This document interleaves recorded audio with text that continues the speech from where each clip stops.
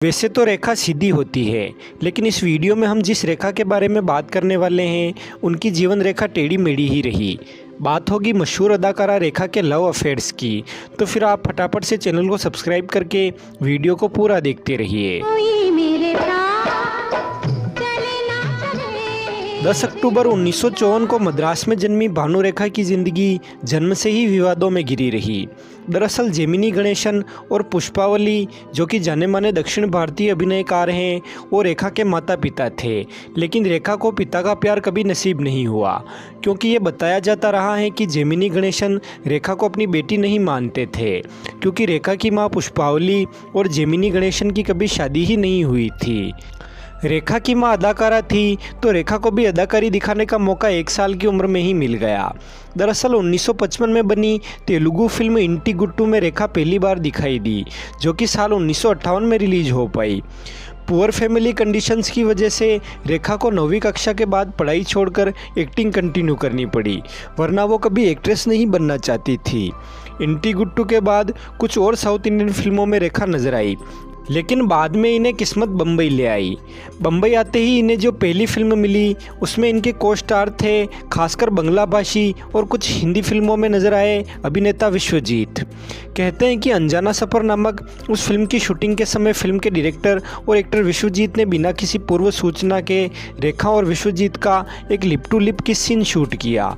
उस सीन के दौरान विश्वजीत बिना कट के 5 मिनट तक किस करते रहे, और यहाँ तक कि रेखा के अनकंफर्टेबल फील होने के बावजूद भी विश्वजीत ज़बरदस्ती करते रहे, जबकि रेखा उस समय महज 15 साल की थी।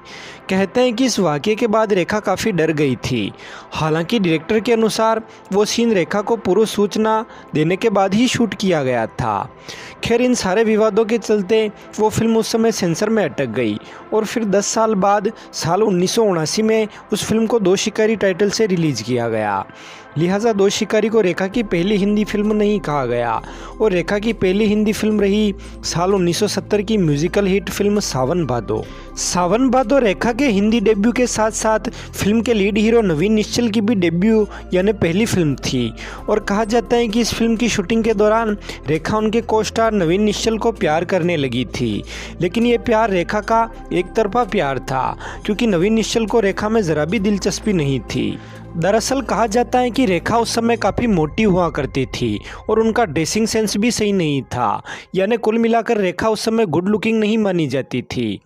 खैर, इस फिल्म की शूटिंग और रिलीज़ के साथ ही रेखा और नवीन निश्चल की प्रेम कहानी की खबरें भी आनी बंद हो गई, जो कि कितनी सच थी ये तो रेखा ही जाने। नवीन निश्चल के बाद रेखा की मुलाकात साल 1971 में रिलीज हुई फिल्म ऐलान की शूटिंग के समय विनोद मेहरा से हुई, और कहा जाता है कि कुछ समय तक रिलेशनशिप में रहने के बाद रेखा और विनोद ने गुपचुप शादी रचाई थी। लेकिन शादी के बाद जब रेखा को लेकर विनोद मेहरा उनके घर गए, तब विनोद की मां ने रेखा को नहीं स्वीकारा था, और कहा तो यहाँ तक जाता है कि विनोद की मां ने रेखा पर चप्पल तक उठा दिया था। लिहाजा रेखा वहाँ से चली गई, और इसी के साथ विनोद और रेखा का रिलेशन भी खत्म हो गया। खैर, ये तो फिल्मी गलियारों की बात है, लेकिन इस बारे में विनोद मेहरा और रेखा का क्या कहना था, इस बारे में हम आपको आगे बताएंगे। और अभी बात करते हैं रेखा की तीसरी और फिल्म इंडस्ट्री की सबसे प्रचलित कहानी, यानी रेखा और अमिताभ बच्चन की प्रेम कहानी की। कहा जाता है कि 70 के दशक में रेखा अमिताभ बच्चन को पसंद नहीं करती थी, लेकिन जंजीर मूवी के सुपरहिट होने के बाद पूरी इंडस्ट्री के सहित रेखा की नज़रों में भी अमिताभ बच्चन की छवि बदलने लगी थी, और बाद में यानी 1976 में रिलीज हुई फिल्म दो अनजाने में रेखा और अमिताभ बच्चन पहली बार एक साथ आए। और कहा जाता है कि दो अनजाने की शूटिंग के दौरान अमिताभ बच्चन के शादीशुदा होते हुए भी रेखा और वो काफ़ी करीब आ गए थे। दो अनजाने के बाद रेखा और अमिताभ बच्चन ने महज 5 सालों के अंदर लगभग दर्जन भर फिल्मों में एक साथ काम कर लिया, जिनमें से 8-9 फिल्में तो ऐसी थी जिनमें इन दोनों को एक साथ पेयर किया गया। इन 5 सालों के दरमियान अमिताभ बच्चन और रेखा के प्रेम प्रसंग की कहानियाँ उस समय की हर फिल्मी मैगजीन में छपती थी, और सिने प्रेमियों यानी अमिताभ और रेखा के फैंस के बीच भी ये विषय चर्चा का कारण बना रहता था।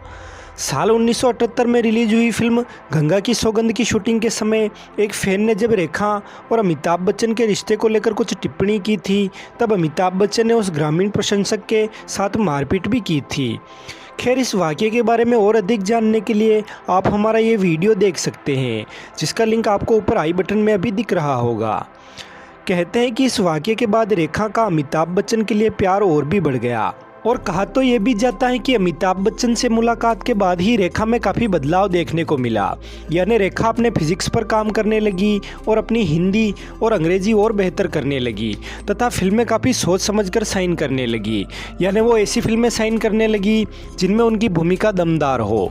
मतलब कुल मिला के रेखा पहले के मुकाबले काफ़ी मैच्योर हो गई और रेखा के इसी मेहनत के चलते उन्हें इंडस्ट्री की टॉप एक्ट्रेसेस में शुमार किया जाने लगा।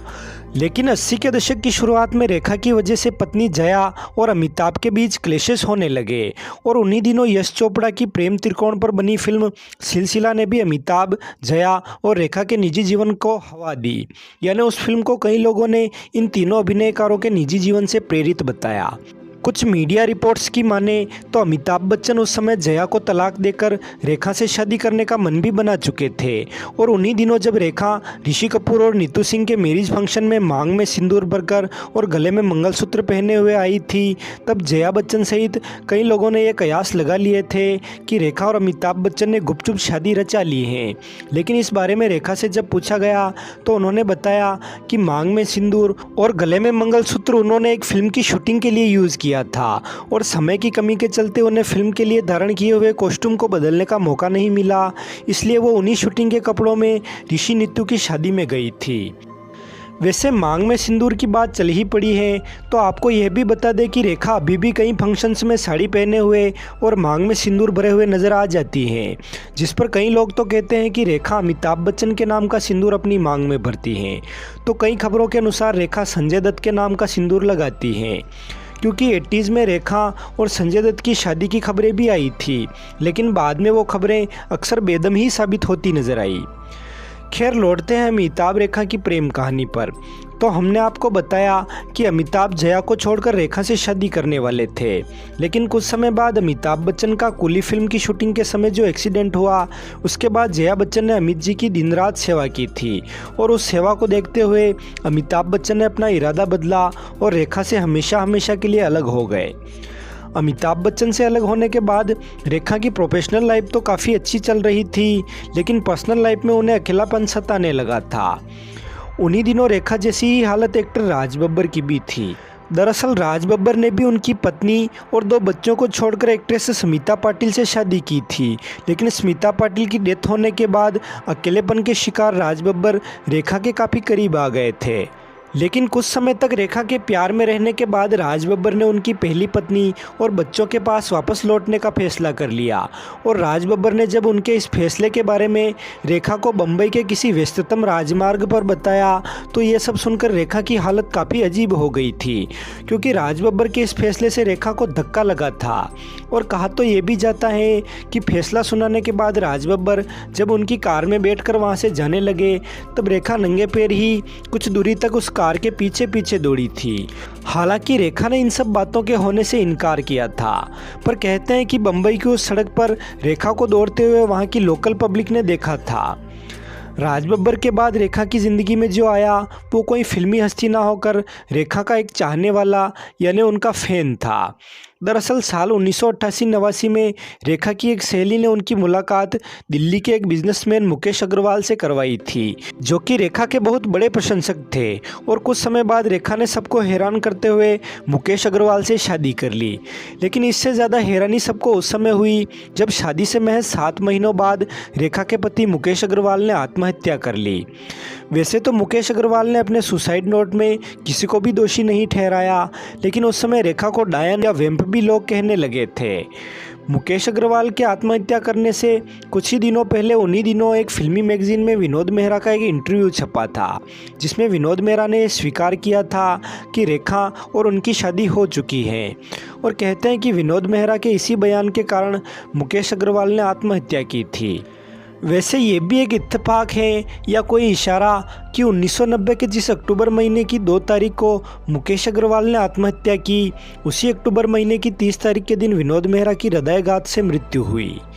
इनके अलावा रेखा का नाम 70 के दशक में एक्टर किरण कुमार के साथ भी जोड़ा गया और यह भी कहा गया कि विनोद मेहरा से रिश्ता छूटने के बाद और अमिताभ बच्चन से मिलने के पहले रेखा का सहारा किरण कुमार बने थे। साल 1996 में आई फिल्म खिलाड़ियों का खिलाड़ी में रेखा ने पहली बार लेडी डॉन का नकारात्मक चरित्र निभाया था, जो कि एक्चुअल में सर्वप्रथम एक्ट्रेस डिम्पल कपाड़िया को ऑफर किया गया था।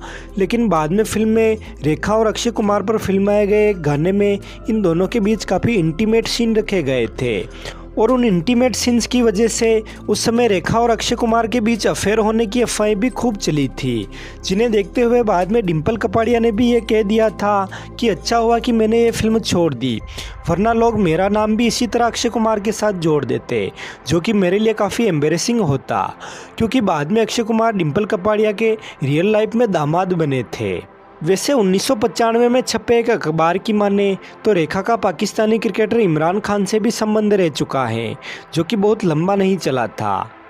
खैर, इतनी सफलता अर्जित करने के बाद और आज भी अपनी उस खूबसूरती को कायम रखने वाली रेखा आज अकेले ही अपने कुछ पालतू जानवरों के साथ जीवन यापन कर रही है। कोई मेरे साथ चले ना चले। फिलहाल इस वीडियो में इतना ही।